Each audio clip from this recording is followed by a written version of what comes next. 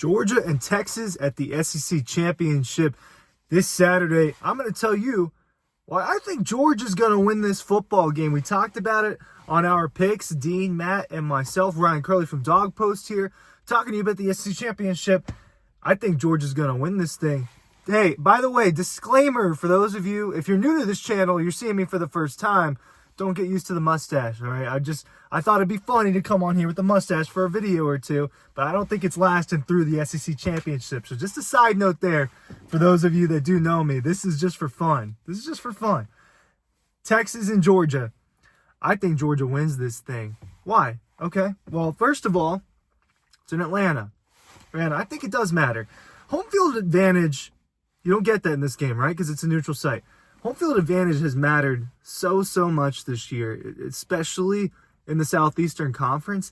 And I think that we have seen outside, really, of Texas at Texas A&M the other day, and outside of Georgia at Texas back in October, we've pretty much seen the home team win almost every single time. That's been the theme of this college football season. Now, you don't get that in this game. So why am I even bringing up home field advantage? Because it's in Georgia's backyard. It's at Mercedes-Benz Stadium in a game, an environment, all of that Georgia is familiar with. This is a situation that Georgia is familiar with. And we've seen, no, it's not really a tangent. We've seen Georgia not be prepared a couple of times this year. I don't think it was, it's pretty obvious to say this when you look at it and you know what happened. Georgia wasn't prepared at the beginning of that Alabama game for what was about to happen and what Alabama was about to try to do to it. And they got smacked in the face and they got into a deficit that was just near impossible to come back from, and they ended up coming back from it, right? At Ole Miss. At Kentucky, Georgia goes into an environment. Was it just not prepared? Was it just a bad game for Georgia? Did you just scratch that one out? I don't know. But then you go to Ole Miss and Oxford, and look, we're at all these things. I'm at everything. All right, I don't think that there's a single thing that I've missed since the 2021 season. I missed one game. Georgia was not prepared for what was about to happen, and you thought it was going to be, because it gets out to that strong start. Great defensive first drive. They force the interception and they score off of a short field. You watch the rest of the game, it's like, wow, Georgia was just not ready for this moment, which is a little bit uncharacteristic of the recent Georgia teams we've seen. And maybe it's not the recent Georgia teams that we've seen, which have been extremely dominant, straight up championship level teams. And I throw that last squad into that category as well. This is not the same type of team. It's still a very good one, like we've all said, that can still go on to win the national championship. Texas, just simply put it, hasn't been. They've been in the environments. Obviously, last year against Washington, they had to deal with that game. They played in the Big 12 championship, but they have not.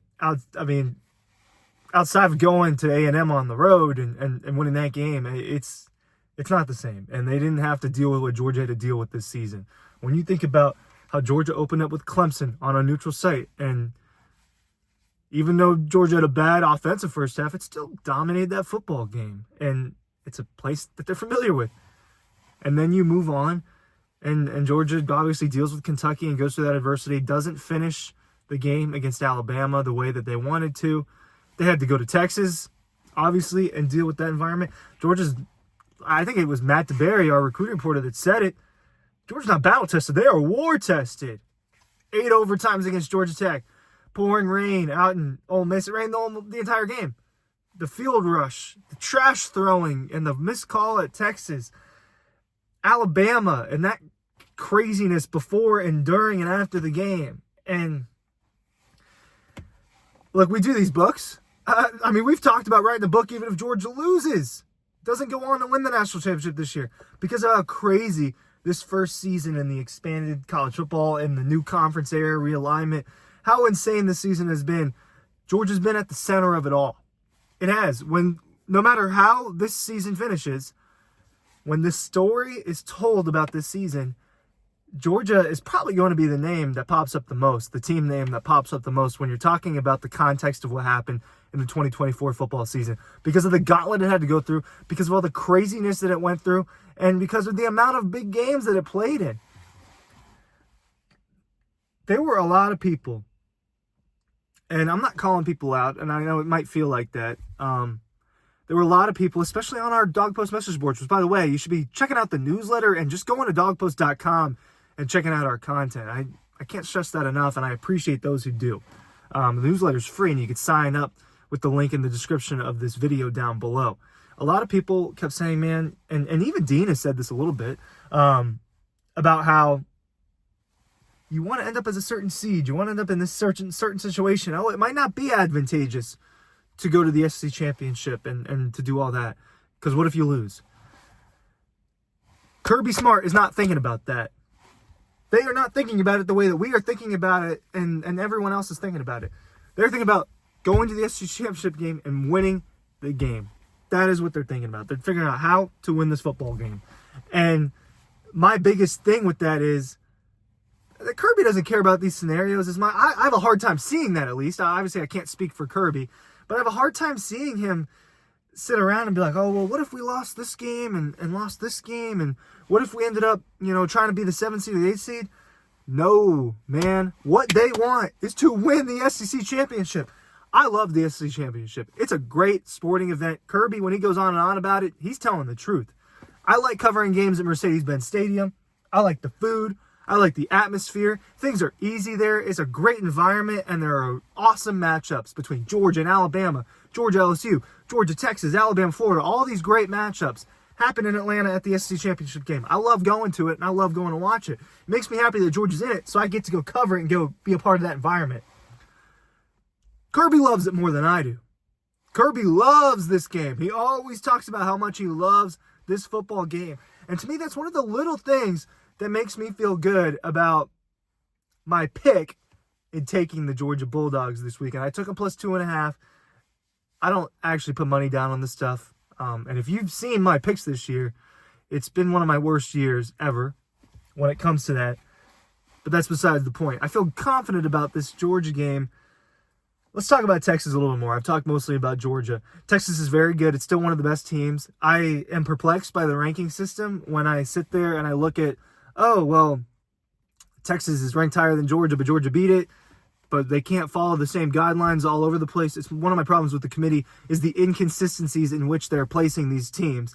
I understand it's a difficult job. I've been saying that, but I don't understand the ranking and the way that they place these teams. So, with Texas, it's a team that has a very good quarterback, 2 of them. It's an offense that, to me, is not as explosive as people think. All right, they've got the pops against Florida, and then the cupcakes. Outside of that, it's been about 30, 27, 20, 17 last week. Those are the final scores you're getting from this Texas Longhorns team. And against Georgia's defense, it had 15 points at home. I think it's a talented offense that has NFL talent. I don't think it's an offense that's as explosive against better defenses than not better defenses, right? That's a bad way to put it. I know that's a bad way to put it. I don't think it's stupid to say that Arch Manning would be better for Texas out there. I think Quinn Ewers is very talented. I think he's very good. I think that he obviously had a problem with Georgia's defense, and I think that Georgia struggled the most this year against dynamic quarterbacks, and Ewers is not dynamic in terms of what he can do with his legs. Arch Manning is. I think that we're going to see some Arch Manning on Saturday. I just think I'd be surprised if we don't, whether it's him taking over, whether it's him starting, or whether it's just a few plays here and there. You're going to see Arch Manning on Saturday. I'd be fairly shocked if not. He is more dangerous against Georgia's defense. We saw what Haynes King could do. We saw what, I'm blanking on UMass's quarterback, helped them do with the run game. Martin Van Buren of Mississippi State. We saw that he could give Georgia some problems. Peyton Thorne and the rushing attack of Auburn. Jalen Milroe more than anybody. Maybe not more than Haynes King, but you know what I mean. Gave Georgia problems. Arch Manning can do that. Ewers can't do it the same way. And that's one of my things. If it's Ewers out there for the most part, which I think it will be, I just think this is a good matchup for Georgia's defense. It's not one that would struggle in the way it did against some of these other games. And I also look at the rest of Texas and just after Georgia, I'm not extremely impressed. Great, good win against A&M. I didn't think it was amazing. They go in, they beat Arkansas, they beat up Florida without DJ Lagway, and they're at home. I just don't think it's been spectacular, and I think Georgia's had to go through more, and it's just honestly impressed me more. I think the Dogs win in Atlanta. It matters that it's in their backyard. Thank you for watching. Newsletter is down below.